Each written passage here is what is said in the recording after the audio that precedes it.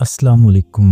Iran का एक बादशाह सर्दियों की शाम जब अपने महल में दाखिल हो रहा था तो एक बूढ़े दरबान को देखा जो महल के दरवाजे पर पुरानी और बारीक वर्दी में पहरा दे रहा था। बादशाह ने उसके करीब अपनी सवारी को रुकवाया और उस ज़ईफ दरबान से पूछने लगा, तुझे सर्दी नहीं लगती? दरबान ने जवाब दिया, सर्दी तो बहुत लगती है, मगर क्या करूं, गर्म वर्दी है ही नहीं मेरे पास, इसलिए बर्दाश्त करना पड़ता है। बादशाह ने इसे दिलासा देते हुए कहा, मैं अभी महल के अंदर जाकर कोई गर्म जोड़ा तुझे भेजता हूँ। दरबान ने खुश होकर बादशाह को ताजीमी सलाम कहे और बहुत तशक्कुर का इज़हार किया, लेकिन बादशाह जैसे ही महल में दाखिल हुआ दरबान के साथ किया हुआ वादा भूल गया।